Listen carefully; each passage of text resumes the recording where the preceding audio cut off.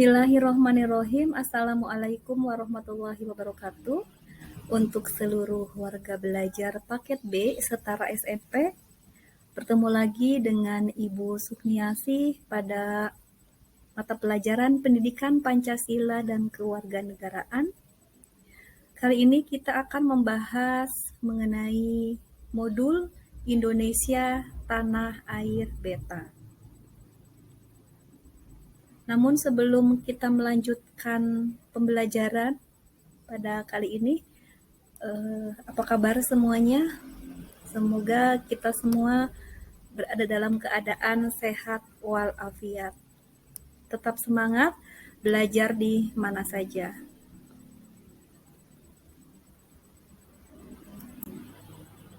Baik, anak-anak sekalian, warga belajar semuanya, kita pada modul ini akan belajar mengenai 3 unit. Pada unit pertama yaitu tentang Sumpah Pemuda, dan unit kedua Indonesia Tanah Airku, dan unit ketiga dari Daerah untuk Indonesia. Pada kesempatan kali ini kita akan membahas tentang unit 1 yaitu Sumpah Pemuda.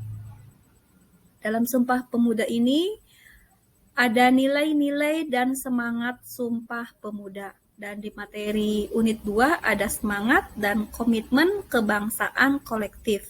Dan di materi unit 3 ini ada peran tokoh masyarakat dalam menanamkan semangat dan komitmen kebangsaan di daerah.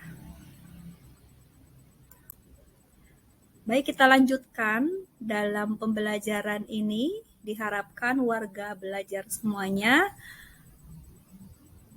memiliki sikap dan perilaku dalam kehidupan keseharian yang memiliki nilai-nilai Sumpah Pemuda dan komitmen kebangsaan kolektif. Kemudian yang kedua, pemahaman tentang makna nilai semangat Sumpah Pemuda dan juga komitmen kebangsaan kolektif untuk memperkuat negara kesatuan Republik Indonesia. Dan yang ketiga, tujuan yang diharapkan dari modul ini adalah keterampilan untuk membuat laporan singkat terkait kegiatan keseharian yang berkaitan dengan makna dan juga nilai dari semangat Sumpah Pemuda dan juga komitmen kebangsaan kolektif untuk memperkuat negara kesatuan Republik Indonesia. Baik, kita lanjutkan ke materi di unit 1 mengenai Sumpah Pemuda.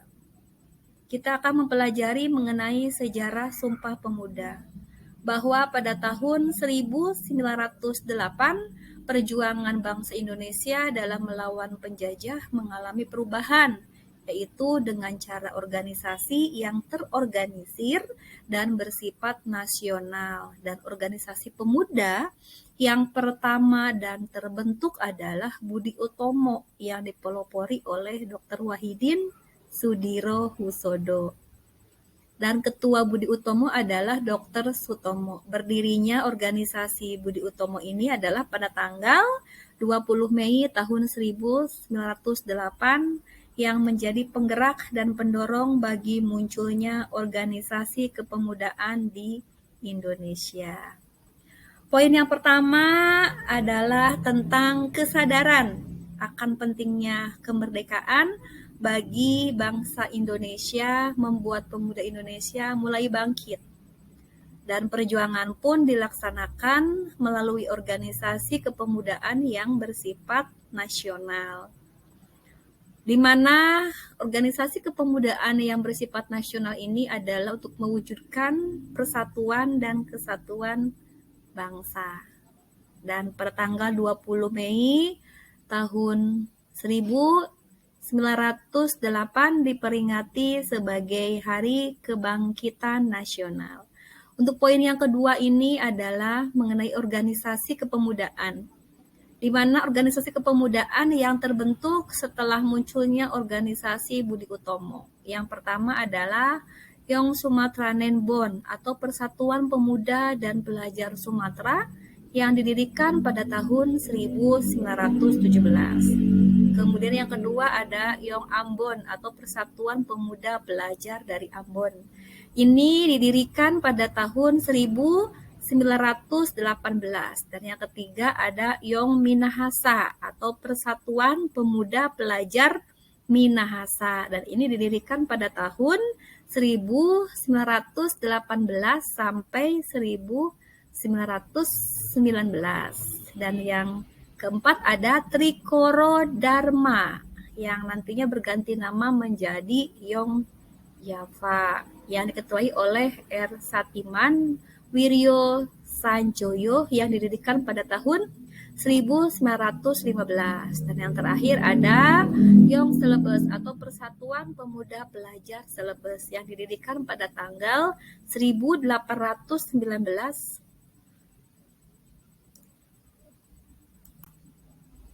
Baik, selanjutnya adalah ada organisasi kepemudaan yang berlatar belakang suku dan kedaerahan. Kalau yang tadi berdasarkan terbentuk organisasi kepemudaan yang terbentuk setelah munculnya organisasi Budi Utomo adalah Persatuan Pemuda dan Pelajar, kalau yang tadi kita bahas. Nah, kemudian sekarang adalah organisasi kepemudaan yang berlatar belakang suku dan kedaerahan.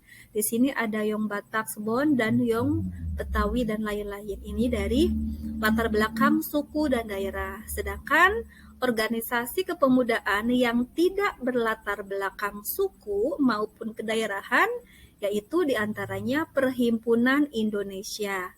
Anggota Perhimpunan Indonesia ini adalah semua pemuda yang berasal dari berbagai suku dan daerah dengan keinginan untuk mempersatukan semua pemuda dalam Kongres Pemuda.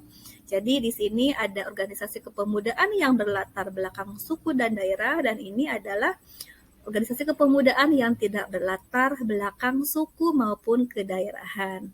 Baik, kita lanjutkan pada tanggal 30 April sampai 2 Mei tahun 1926 dilaksanakanlah Kongres Pemuda yang ke-1.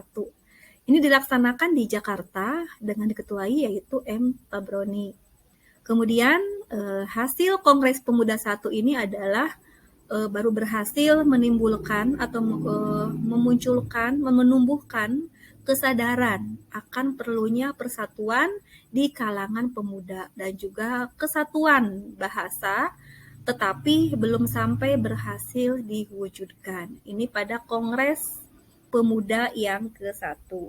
Kemudian dalam Kongres Pemuda ke-1 itu tujuannya adalah mencari jalan bagaimana membina perkumpulan pemuda yang tunggal. Jadi pada Kongres Pemuda 1 ini adalah sebagai pelopor mempersatukan para pemuda dalam menuju tujuan yang sama.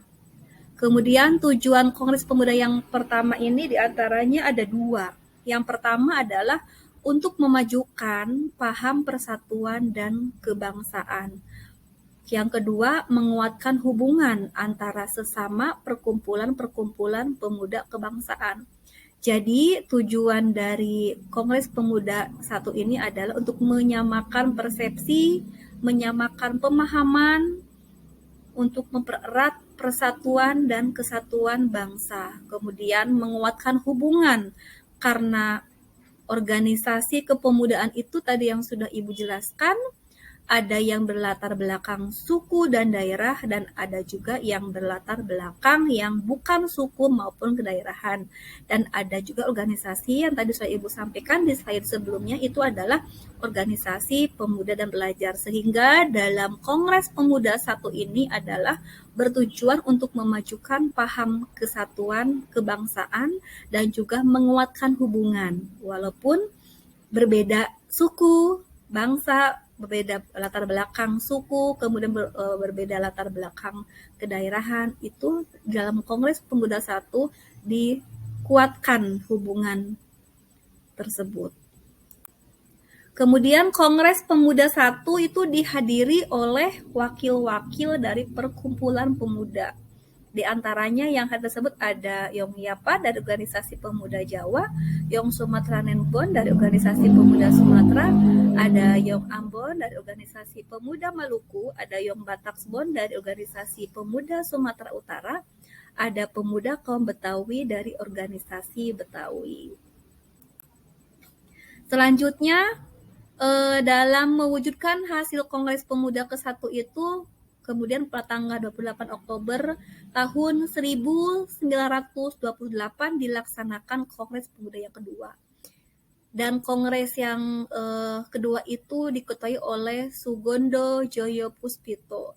Dan hasil dari Kongres Pemuda kedua ini kemudian dikenal dengan Sumpah Pemuda.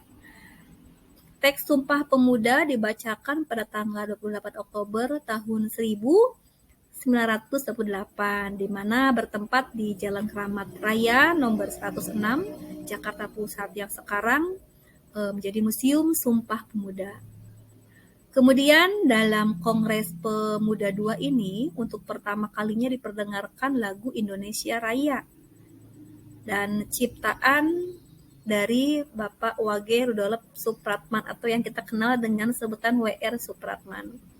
Kemudian dinyanyikan lagu tersebut dengan suara biola tanpa syair. Kemudian bendera merah putih tidak dapat dikibarkan dalam Kongres Pemuda II karena memang masih dilarang oleh pemerintah kolonial Belanda. Dan ini berupa gambaran beliau, pencipta lagu Indonesia Raya, yang sampai saat ini setiap kita, para pendidik, para pelajar sering menyanyikan lagu Indonesia Raya. Ini adalah beliau, Bapak Wage Rudolf Supratman atau WR Supratman. Beliau dilahirkan di Batavia tanggal 9 Maret tahun 1903. Kemudian untuk isi dari Sumpah Pemuda ada 3. Yang pertama ini Ibu tuliskan sesuai dengan teks aslinya, masih menggunakan penulisan pada saat itu. Kami putra dan putri Indonesia mengaku bertumpah darah yang satu, tanah Indonesia. Kemudian yang kedua, kami putra dan putri Indonesia mengaku bertumpah darah yang satu, tanah Indonesia. Dan yang ketiga, kami putra dan putri Indonesia menjunjung bahasa persatuan, yaitu bahasa Indonesia. Demikianlah isi Sumpah Pemuda yang dilaksanakan pada Kongres Pemuda kedua. Ini adalah hasil dari Kongres Pemuda yang kedua dan menghasilkan isi dari Sumpah Pemuda. Kemudian sebagai tugas dari Ibu, warga belajar semuanya, keteladanan apa saja yang dapat kita contoh dari tokoh para pemuda tersebut?